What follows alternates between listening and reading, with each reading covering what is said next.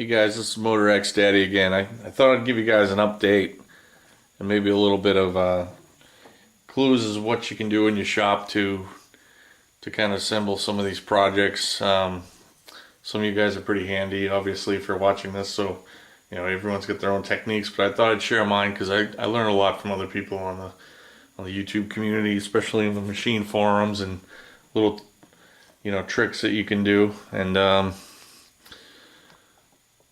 so I've got my headstock there and my cover. Try to zoom in a little bit. Still get some masking tape on that, but cover's all finished up. Had some custom made decals, or not decals, but label plates made. I'm working on putting some DXFs of those up on the Rockwell forum on the Yahoo group so that other people can make up their own with engraving machines or whatnot. The ones that come with this lathe, unfortunately, are pretty, at least on my lathe, were pretty bad. They're made of aluminum and they were really scuffed up or rotten, corroded. Aluminum will corrode. So they're very, very weak and painted. So I mean, there isn't a lot to save on some of the plates that I've been dealing with. A couple of them had nothing at all, but I've decided I'm not gonna replace every single tag on this machine. I don't need the one that says flame hardened on the bed. I can tell because it's still in good shape that it's flamed hardened. And so anyway, we get things like that underway. I also assembled the compound here. I think that came out pretty good. Took a little bit of a skim cut with my mill off the top. The jaws, they were pretty beat up. Somebody had repaired them over the years, so I didn't really do a great job of trying to make them brand new looking. At some point, I may have to do another repair on those, replacing most of the material, or I'm gonna have to make a new one. But for right now, it looks pretty good. You can see the little wheel there that cleaned up. These are chrome plated on this lathe, which is kind of nice. So I did that and cleaned right up with just a rag and some alcohol, WD-40, and I did end up pounding out the little the handle knobs there. If you got a press, that would be better. I used a hammer and a punch and got them out.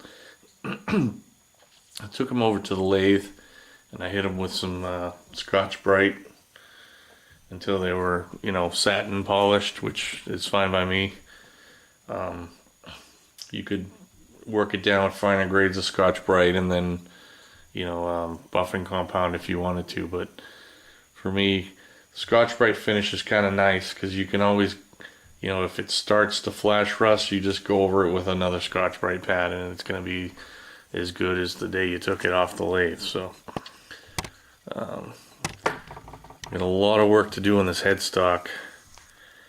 To be honest, it's kind of intimidating me. I got the belts for it because I didn't want to assemble it with the old belts, and you'd be stupid too. They're only like 10-15 bucks a piece.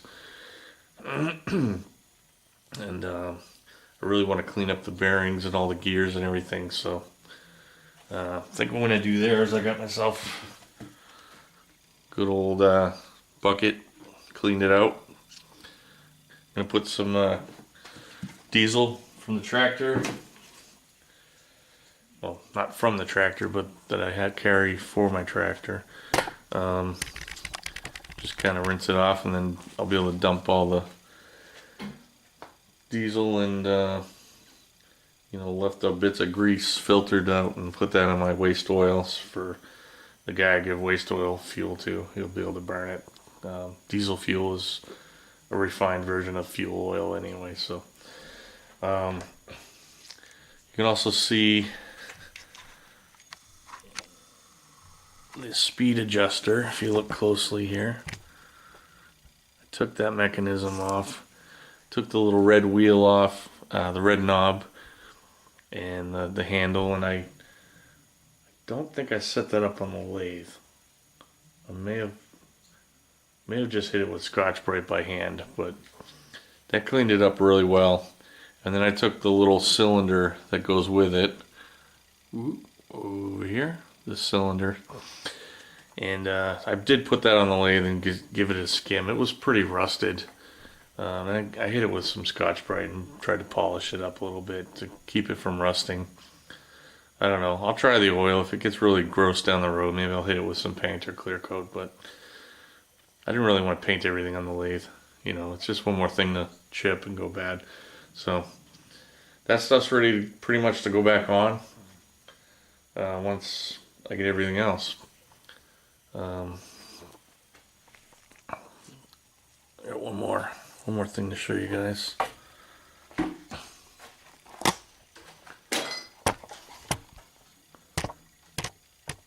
Over here, got my tailstock on. That came together really well.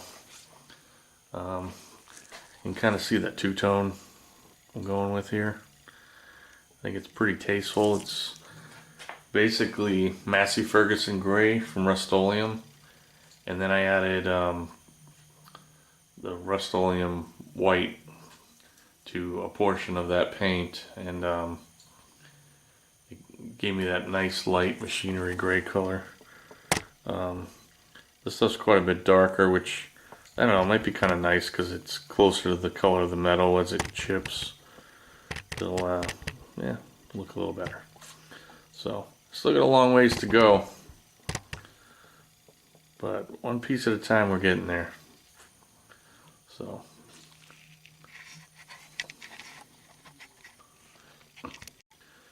just a few more notes about my assembly bench here. I like to keep out wrenches I commonly use, hex wrenches. Wherever I find a flathead, I try to convert it to a socket cap screw on these lathes, unless it's,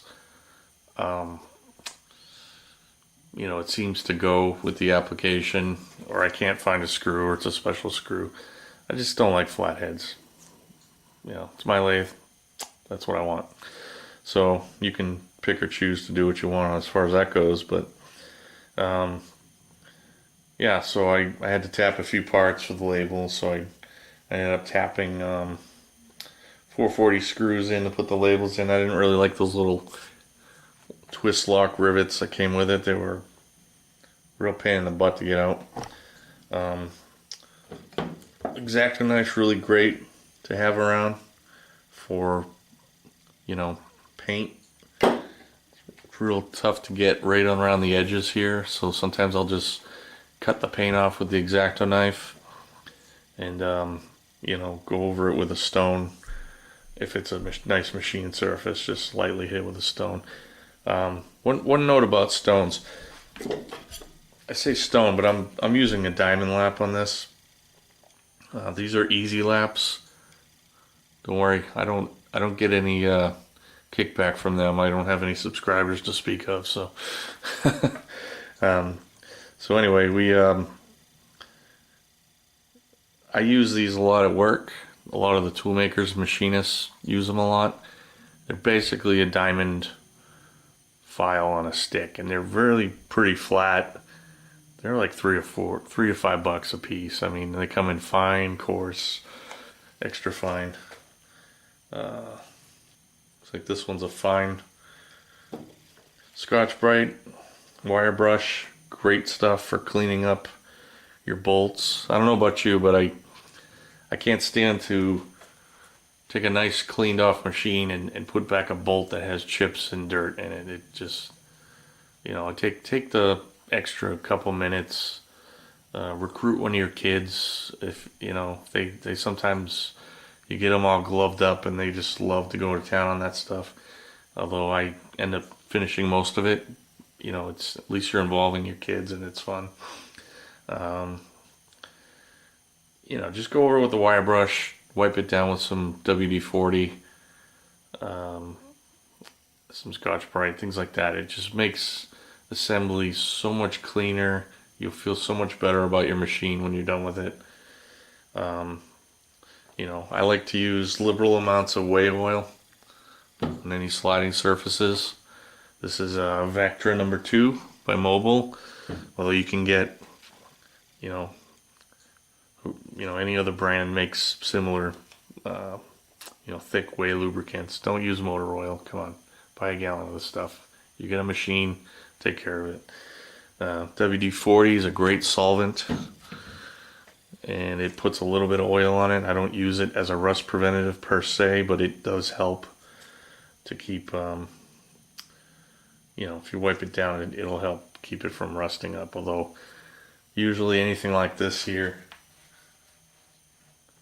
the dials and the whey, I'll put whey lube on them with a paper towel rag, because it's just WD-40 doesn't really leave much oil on there. I think it's better as a solvent and a light lubricant to get screws out. Nothing serious, but it's cheap and I have it around the shop, so I like it. So that's about it. We're gonna hopefully be coming out with some more videos soon. Today, hopefully, I'm gonna be cleaning out the bearings on my headstock and cleaning the bull gears and all that stuff, getting it ready to assemble. I hope to record some of that. I don't want to just be one of these guys who talks a lot on YouTube. Unfortunately, I'm still learning how to do this, so bear with me. And I really want to do the headstock so that we can all learn from it. It can be a documentation experience for everyone.